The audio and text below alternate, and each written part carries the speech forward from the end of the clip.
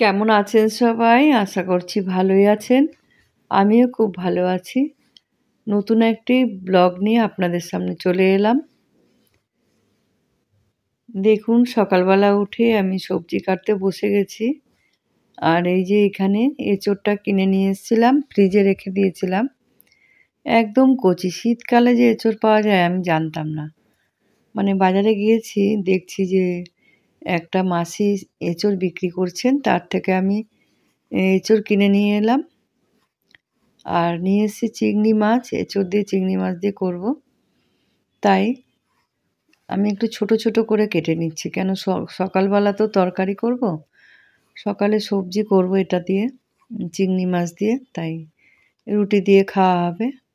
তাই ছোট ছোট করে কেটে পরিষ্কার করে নিচ্ছি। এঁচোড়ের মুখের কাছটা কেমন শক্ত শক্ত থাকে, সেদ্ধ হতে চায় না। আর এই যে বেগুন ফুলকপি বার করেছি, দেখি কি করা যায়। এঁচোড়টা ভালো করে ছাড়িয়ে নিচ্ছি।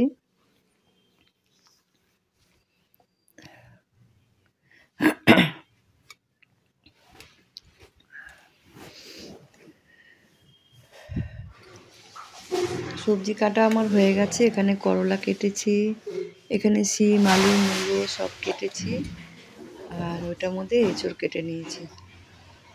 এবার রান্না বসাবো। তারপরে ফ্রিজ থেকে মাছগুলো সব বার করে নিয়েছি। পুরো বরফ দেখো, শক্ত হয়ে রয়েছে। এই যে ওখানে 2 পিস মাছ রয়েছে।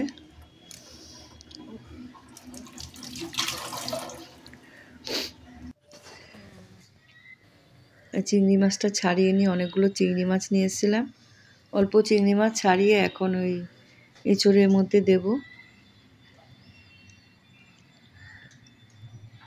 এই যে জামাটা দেখতে পাচ্ছ, দুখানা একটা জামা, একটা হাউস কোটের মতন মানে পরেছি। বেশ গরমটাও লাগছে, ঠান্ডা লাগছে না, ভালোই লাগছে। চাদর গায়ে দিয়ে কাজ করি, অসুবিধা হয়ে যায়, বুঝতে পেরেছ? এই যে এঁচোড়ের তরকারিটা রান্না হয়ে গেছে দেখুন।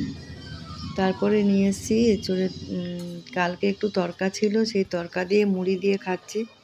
ব্যালকনিতে দাঁড়িয়ে রোদের মধ্যে দাঁড়িয়ে দাঁড়িয়ে খাচ্ছি।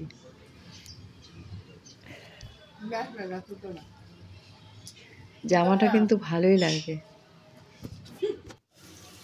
এখানে বসিয়ে দিয়েছি ভাত, আর এখানে মাছের ঝোলটা করব বলে শিম আলু মূলো টুলো সব ভাজা করছি।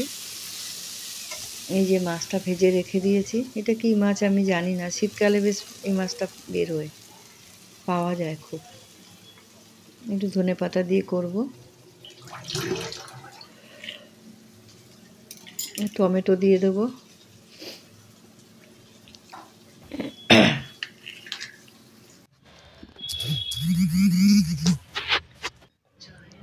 তারপরে উনুনটা বানিয়ে নিলাম। এখানে উনুন বানিয়ে স্নান করে চলে এসেছি পুজো দিতে। পুজো দেওয়া হয়ে গেছে। দেখো সব বাসনগুলো নামিয়ে রাখি, কেন সন্ধ্যেবেলা আবার সন্ধ্যে দিতে হবে, ওর জন্য সব বাসনগুলো সব নামিয়ে, পুজো দিয়ে বাসন নামিয়ে রাখতে হয়। প্রদীপটা নিভিয়ে দিই, কেন বলো তো, নিচে থাকি তো, কখন কি হবে না হবে বলা যায় না।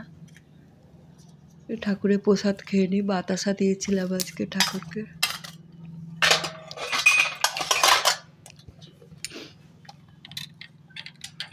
চশমাটা রেখেছি, পরে নিই। চশমা ছাড়া আবার আমার মাথায় যন্ত্রণা উঠে যায়, চশমা সবসময় পরতে হয়। ওই দেখো উনুনটা কেমন হয়েছে, শুকিয়ে গেছে প্রায়।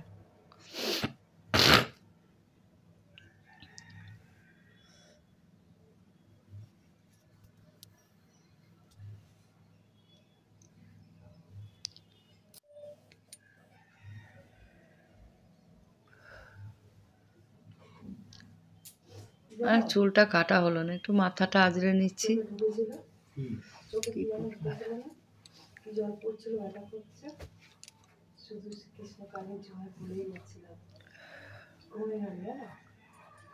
রোজই ভাবছি যাবো যাবো, আর ঠান্ডার মধ্যে না বেরোতে ইচ্ছা করছে না। চুল একদম সামলাতে পারছি না, বড় হয়ে গেছে, চুল সামলাতে পারছি না, জট হয়ে যাচ্ছে শুধু চুলের মধ্যে। কি করব? সুন্দর করে মাথাটা আজরে একটু খোপা করে নিলাম। চুলও ভিজাতে পারছি না, কালকে শ্যাম্পু করেছিলাম, আজকে চুলটা ভিজোয়নি, ঠান্ডা, প্রচণ্ড ঠান্ডা।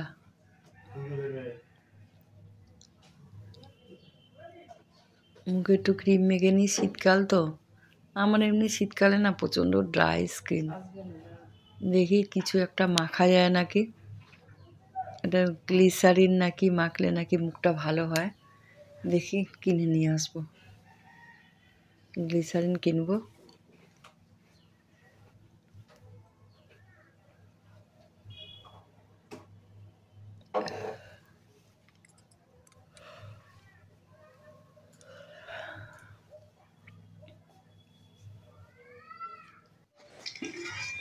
এখানে দুপুরে রান্না বান্না হয়ে গেছে, ভাত খেতে বসে পড়েছি।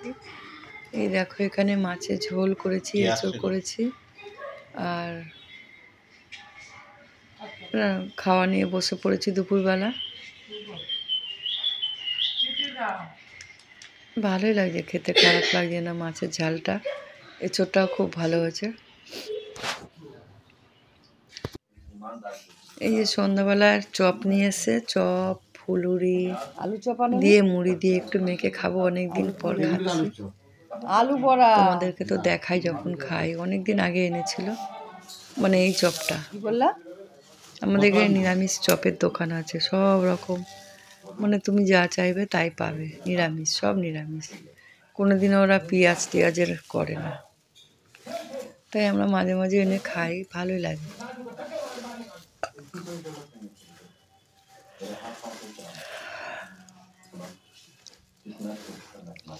আমি আবার ফুলুরিটা খুব ভালো খাই, আলু চপ টপ বেশি ভালো লাগে না, তাও খেলাম। এই যে রাত হয়ে গেছে, পরোটা বানাচ্ছি দেখো, ওই দেখো। আর এখানে মাংস হয়েছে, মুরগির মাংস, লাল লাল ঝোল, কেমন হয়েছে দেখো। তোমরা কিন্তু অবশ্যই কমেন্ট করে বলবে। আর এই যে পরোটা হালকা তেলে ভাজছি, প্রথমে ছেঁকে নিয়েছি, তারপরে হালকা তেলে ভাজছি। পরোটা করলে আমার ছেলে বলবে মা তুমি ভাজো, ও মেখে টেকে দিয়েছে আর আমি ভাজা করছি তেল দিয়ে, অল্প তেলেও ভাজতে পারে না। সমস্ত কিছু হয়ে গেছে ভাজা, পরোটা, আর খেতে বসে গেছি। আজকের মতন এটুকুই, আবার আসবো আগামীকাল। Tata, bye bye. জল আছে ওখানে? না।